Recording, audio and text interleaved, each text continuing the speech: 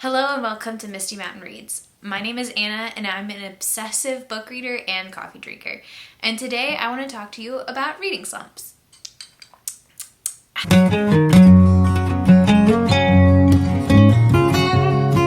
So first, what is a reading slump?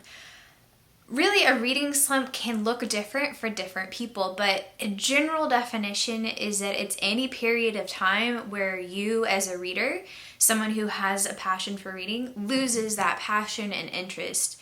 And it could be for a couple of days, it could be for weeks, months, even years.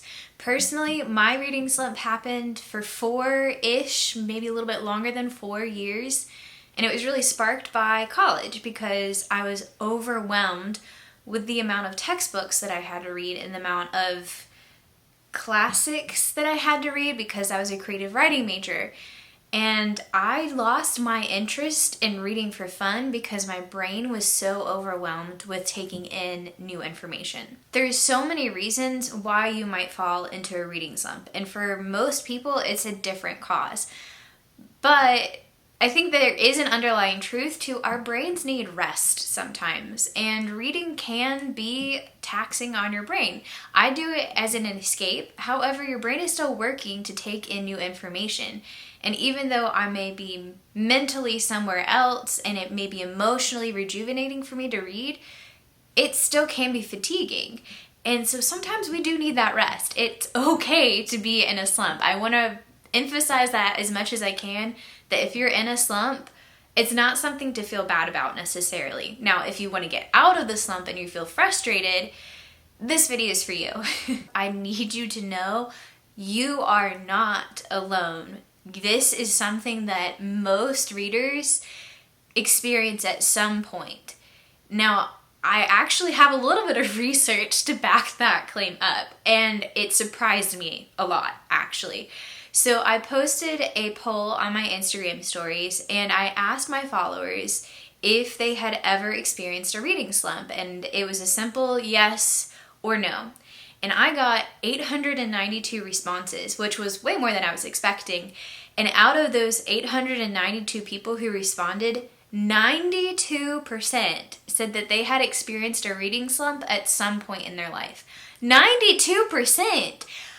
That blew my mind because I knew that it was something that I had personally experienced, and I'd heard other people say that they had experienced it as well, but we don't talk about it very much. Now, another part of my research was to ask my Instagram followers if they had experienced a slump, what books got them out of said slump.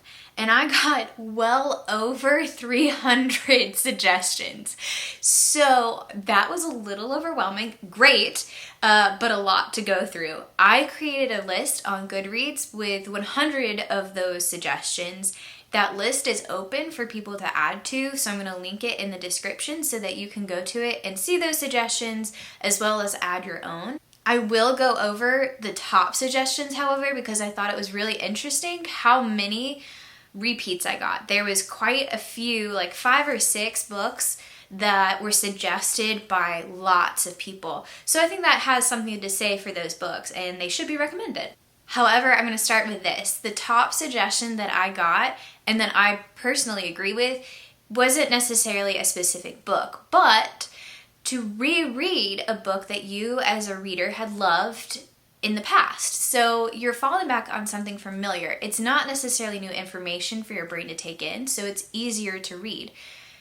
I also noticed that people who suggested that also made the note that young adult fiction or middle grades fiction was usually what they fell back on as a reread. And I think the reason for that is that young adult and middle grades usually tends to be easier by nature to read. It's faster paced. It usually has a lot more action. The prose itself can be easier to digest. Another thing is that these types of books are often shorter, which means that you can finish them more easily and more quickly. And that gives you a sense of accomplishment. And usually that boosts your motivation to keep reading. Okay, so now what specific books did people suggest? Well, overwhelmingly, Mistborn by Brandon Sanderson was the top suggestion. I also got a lot of suggestions for just Brandon Sanderson in general, or his other series, Stormlight Archives, The Way of Kings, I believe is the first book. That was also suggested quite a lot. Now, I have to admit, I have not read this book yet. You can see there's a bookmark in it because my husband has currently been reading this book since January. So, did not get him out of his reading slump because it's taken him 6 months to get that far. I also will call my husband out a little bit and say that he's not that big of a reader in general, so take that as you will. Because that book was so overwhelmingly suggested, I highly recommend it because it can't be recommended that much for no reason. The second most overwhelmingly recommended series was A Court of Thorn and Roses by Sarah J. Maas. Now, I have to say, this is the series that got me out of my reading slump. So obviously I'm not alone, and it does work for a lot of people. It's fantasy, it's action-packed, it's got a lot of twists and turns. It is heavy romance, which is normally not my thing, and I do have to say that I did not love the books. However, I read the entire series, and it got me reading other books, so there is definitely something to say for that. I did skip through quite a few chapters, especially in the most recently published book, because it was way too spicy for me. But if spicy is your thing, heavy romance is your thing, then and fantasy, then this is a book for you, or a series for you. The Percy Jackson series and the Harry Potter.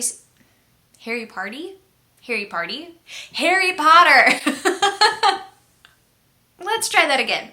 Percy Jackson and the Harry Potter series were also recommended quite a lot, and I think that plays back into what I said earlier about young adult and middle grades being something that you should fall back on if you're experiencing a slump because it's familiar.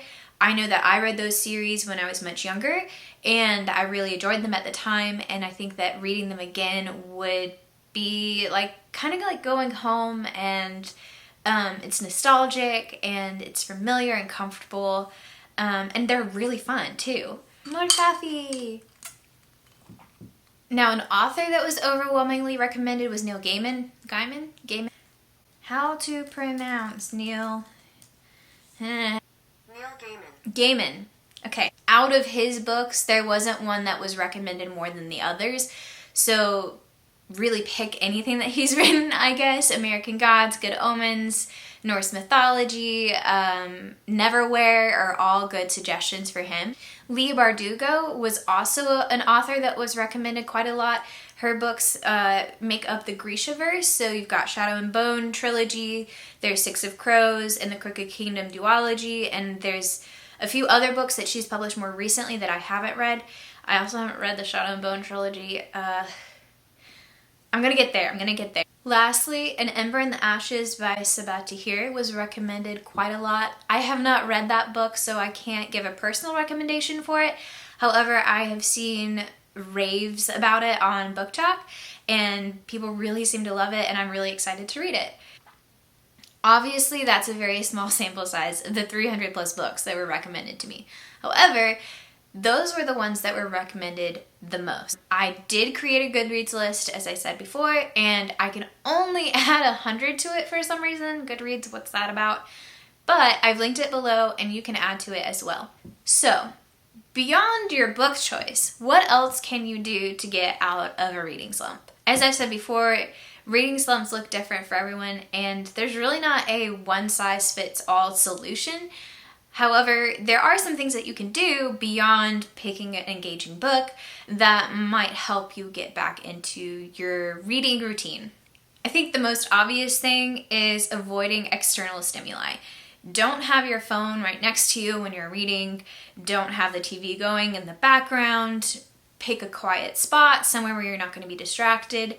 Personally, I've found that leaving my phone in another room where I have to physically get up and walk to go pick it up and I'm not seeing notifications pop up on it every few seconds, that's really helpful to keep me focused. I also have downloaded an app called Forest. I don't know if you can see that. It's a little sproutling in dirt. That's what it looks like.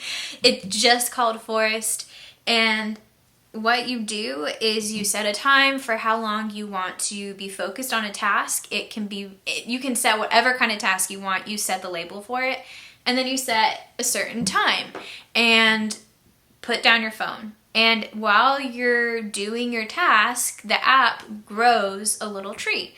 And if you unlock your phone and open up your phone before that timer runs out, then your tree dies. If you succeed and you don't unlock your phone before that timer runs out, then your tree gets planted in your forest, and you can grow your forest by doing more and more focused tasks like that. It's really strong motivator when I go to open my phone and I'm like, oh shoot, there's my tree. And it warns you, you have 10 seconds to lock your phone again or your tree's gonna die. And I'm like, no, not my tree. If you do have a list of books that you're interested in reading, something that can help you get started is reading only positive reviews of those books. It's hard not to get excited about reading when you're seeing how much other people have loved those books that you already wanted to read. Another option is to try absorbing your story in a different format. So maybe you really like physical books, try an audiobook. Maybe you stick strictly to fiction, try a graphic novel. Or maybe poetry or a biography or a memoir, something that you normally wouldn't read, and give that a try and see what happens. Now, I've already mentioned this, but I'm going to make it a full point. Picking a shorter book can be helpful because it's easier and quicker to read. And taking things in small steps makes you feel more productive because you're accomplishing those tasks quicker. And that productivity can make you feel more accomplished and therefore more motivated to keep reading. Lastly, surround yourself with people who are also wanting to read. Maybe it's joining a book club or talking to friends that you have that really enjoyed reading. Maybe it's watching booktube videos or book talk on TikTok. Whatever that looks like for you, surround yourself with people who are encouraging you to keep reading.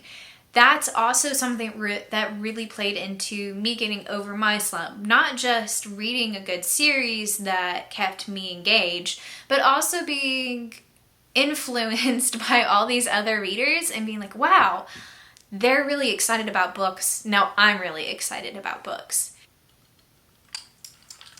So I hope that some of this is helpful to you. I'm going to link all of those books below. The Goodreads list will be below so you can look at suggestions for books to read, and I hope that some of the other suggestions will be helpful in keeping you motivated. And yeah, I really hope that this is helpful. And thank you for following along. I really like talking about books and what's important to me, and I'm glad you're here to listen to me ramble. So yeah, all right, that's it for today. See you later.